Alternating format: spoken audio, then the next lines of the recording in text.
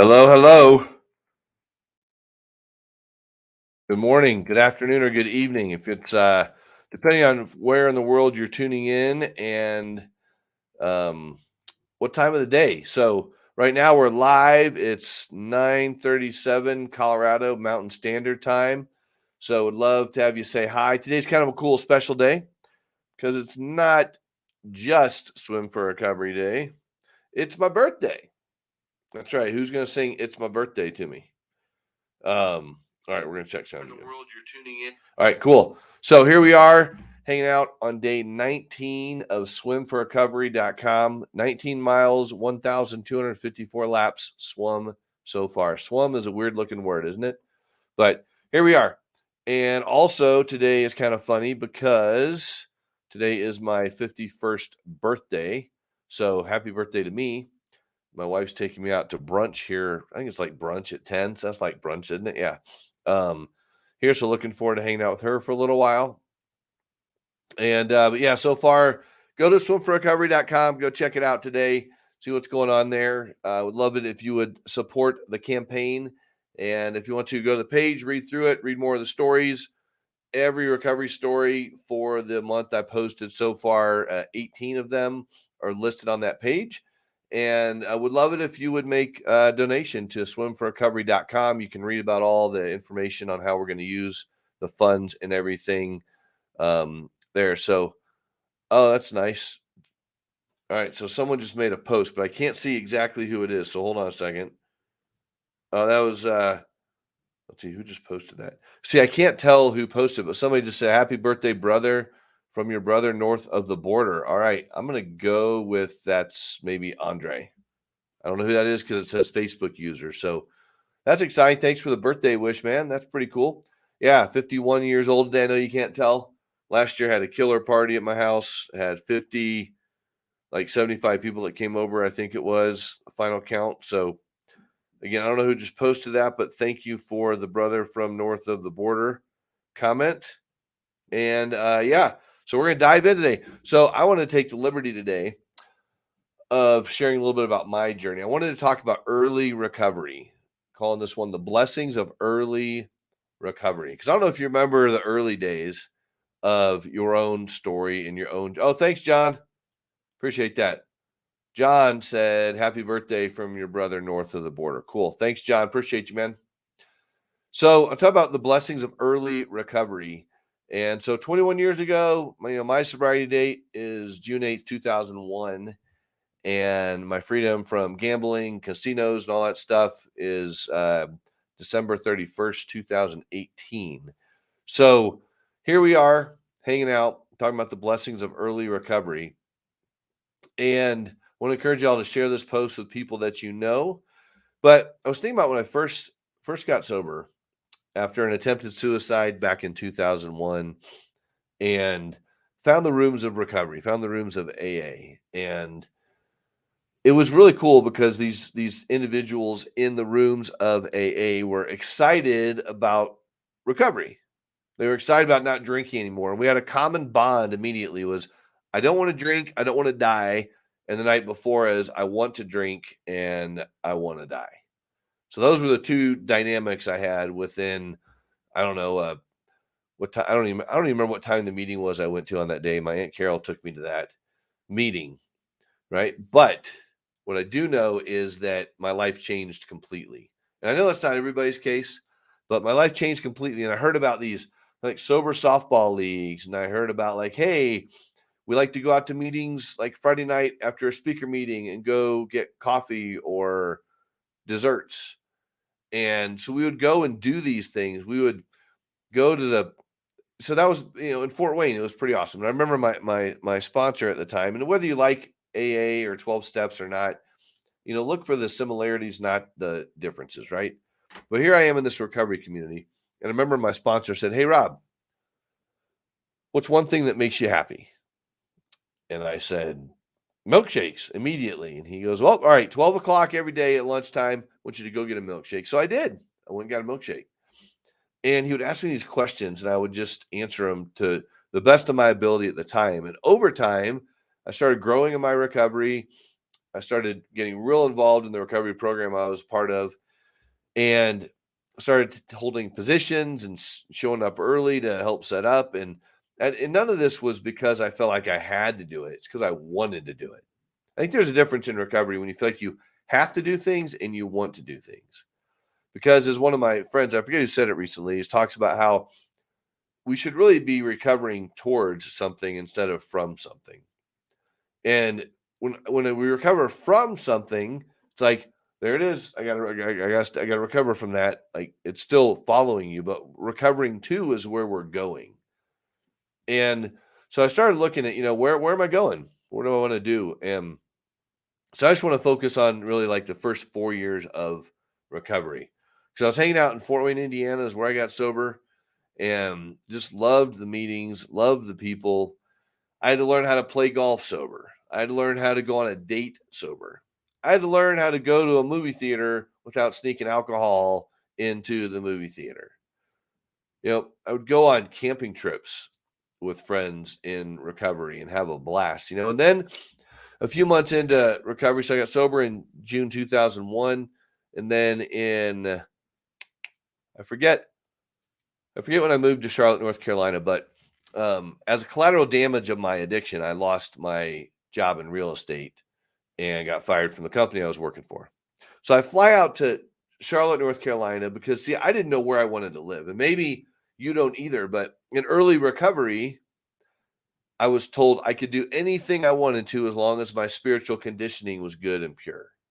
So I wanted to explore the country. I basically lived in Michigan, during the summers, Texas and Indiana. That was it. So I wanted to explore. So I found this cool website called findyourspot.com. I don't think it's even in existence yet. Actually, I'm going to look it up real quick. Findyourspot.com. So let me see I'm just going to look it up just for fun. If you want to go look it up yourself too, go check it out. But I think the site went down and then it might be back up. Findyourspot.com. We're sorry the site is down. Yep. Okay. So still down. But it was this cool website. I went in and I typed in all these parameters. Like I wanted to live in a smaller city. I wanted to live in the mountains. I wanted there to be a Christian community. I wanted like all these things I would type in. And it started popping up all these places I'd never heard of and never thought of living before. And it narrowed down to going to Charlotte, North Carolina. So here I am in early recovery. And what I did know was that there is recovery anywhere. I just got to find it, right? Just like there's addiction anywhere, could easily find that. There's alcohol, drugs, sex, porn, all that stuff. But there's also recovery anywhere as well. And so inside of that, I said, hey, let's go to Charlotte. So I went out there to visit. I was interviewing for a job and didn't get the job. But I went to an AA meeting.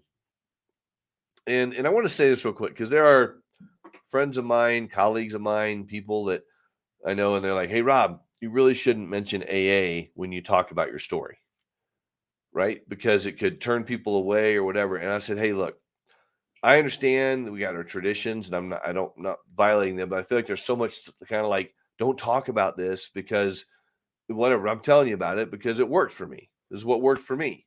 Went to this speaker meeting. There were 250 people or so at this church.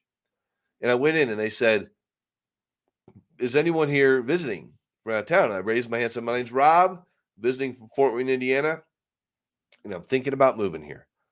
I kid you not. When I was finished with that meeting, so many people came up to me. I didn't know them from Adam. So many people came up to me and gave me business cards. And I had a stack of business cards like that thick.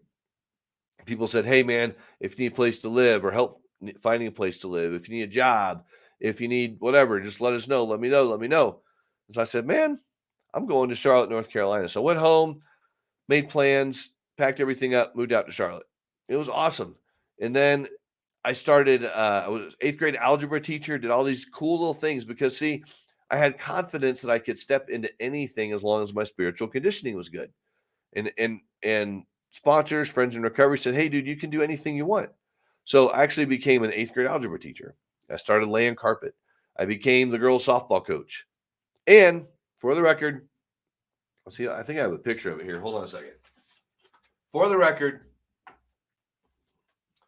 I think I have a picture of my girls softball team in here I coached in my first book I ever published. So let me see if I can find it real quick. But anyway, I was asked to be the 8th grade algebra coach, and I'm thinking, I don't know anything about coaching girls softball, but I knew how to play softball. And then I remember, oh, here it is right here. That's my team. That's my team right there. Yep. And they were amazing girls, And the athletic director said, now, whatever you do, don't ask parents to help you coach. And I thought, well, I'll consider that. I didn't know what I was doing anyway. 2 parents came up and said, hey, we're not going to play favorites with our daughter. We just, I said, fine. So they helped me coach. We were killing kids like 20-1. It was so much fun. And inside of that, I don't know why I keep saying it inside of that. I don't know where that came from. It's something new I'm saying. But with that, it was, I wanted to honor my grandfather, Bapa, who was kind of like my guy I wanted to be like. But I let addiction rob me of that potential of becoming a doctor. But anyway, so as I was teaching 8th grade algebra, and I thought, hey, there's this teen diabetes, which my grandfather had, and they were running a marathon in Rome, Italy. Now, when I thought Rome, Italy, what I really thought was, I want to go to an AA meeting in Italy. That's really what I thought. And I thought, let's do this thing. So many people supported me, and thank you for all of you if you remember those days. Supported me and sent in their donations to Team Diabetes to help me get over to Rome, Italy. And I will say, there was a cute teacher that I liked that was going over as well. So I thought, oh, this would be kind of cool. That didn't work out. But I did get over to Rome, and I went to an AA meeting in Rome with all these people. It was like 7 or 9 people or something from around the world. People speaking different languages, had no clue what some were saying, but we all just wanted to be there. And I'll tell you, early recovery, the blessings of early recovery are that I didn't want to die anymore, and I was living, and life was good. Life was really good. I was involved in some church groups, and I just kind of followed my gut a lot of times. I mean, I left my job as an 8th grade algebra teacher, and I loved one of my fraternity brother's moms. I didn't love her, but you know what I mean. She really helped breathe life into me and other people about career coaching. So I hired her as a career coach, and she helped me, and she taught me so much that I wanted to be a career coach. So I literally sold everything I had that wouldn't fit in my minivan, and I drove the Midwest of the United States and applying for jobs while staying at our lake house in Michigan. But guess what was in Michigan? Recovery meetings. So I plugged into those. I just went anywhere I could because I had some freedom. I was single and everything. And I ended up getting hired by Indiana University as a college career counselor. Loved the job, loved the recovery community in there. And I feel like God was calling me to go around the country and inspire people to love what they do and figure out who they are, right? So I interviewed all these people in this book called the Momentum Journey. This is the first book I ever published. And that RV that you see right there is an RV that I purchased to work on a documentary all about people that love what they do. So if you actually go to YouTube and look up The Momentum Journey, you can find my documentary on there. It's really cool. It's 19 minutes long. But all these things were possible because I put down the bottle and I started working on me. And that's an early recovery, right? So here we are now in the year, 2000, 2003, 2004. The book was published in 2005. I was living out here in North Carolina. I mean, was it 2005? Yeah, 2005. I published this book. Oh, wow. This is crazy. On my birthday in 2005, 2,000 books were delivered to the bottom floor, the ground floor of this condo that I was living in. I lived on the 3rd floor. So I had to move 2,000 boxes up to there. But again, I was plugged into recovery. I love the recovery community over in Edwards, Colorado. It's amazing. And I'm just telling you, things are possible. Things are so possible. And try new things, explore new things in early recovery, figuring out who you are.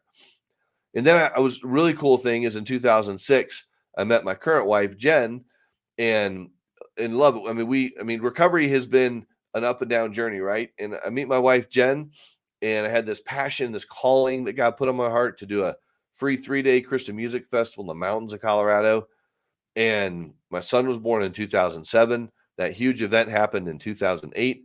And again, I'm still sober and enjoying life. And I started disconnecting from my recovery community a little bit because I got busy, right? And that's a whole nother segment and show. You can go listen to my story anywhere. But, the important thing is that in early recovery, it's staying close to people in recovery and not letting life take over and get you busy and distracted. And again, I love getting married. I love my son when he was born in 2007.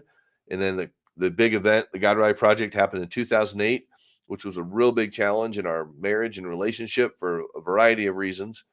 And then 2009 comes, 2010, my daughter's born, and I had really unplugged a lot from the recovery community and started really struggling in my own journey. And a lot of that is why I'm passionate about mental health. Swimming is a huge part of my mental health. And that's one reason I did this Swim for Recovery campaign, is to bring awareness to people that just need help, need stories, and need to connection points with different people's lives. So if you go back and watch the other 18 there, these are about under 20-minute total segments that we do with swimforrecovery.com. But if you go check those out and just dive into them, then hopefully maybe you might know somebody that could connect to the people's different stories. Like Arnie Wexler's story about gambling could be something people can connect with. You can connect with Jordan's story, 1 year sober in recovery, and what that looks like, and just so many different connection points. So hopefully you enjoyed just hearing a little bit of my story. Again, it is my 51st birthday today, so I love the number 19. I figured I could at least spend a few minutes today just talking about kind of my story and all those things. So that's kind of it for today. Just want to talk about the blessings of early recovery. And I didn't even say this. Even in early recovery, I was able to start figuring out who I was again, right? Because addiction robbed me of that, and I allowed it to rob me of that. But if you're in the Denver metro area and you want to come to the big party on September 29th, please go register. That just helps us know how many people are going to be there for drinks and food and beverages and all that kind of stuff. So anyway, would love to stay connected. So go check it out. Stay engaged. Thanks for tuning in today. A few people gave me little birthday blessings, so I will gladly receive those. And just hope you have an amazing day, afternoon, morning, evening, whatever. And again, make sure you share this post on your pages. It really helps get the word out more. And that is all for now.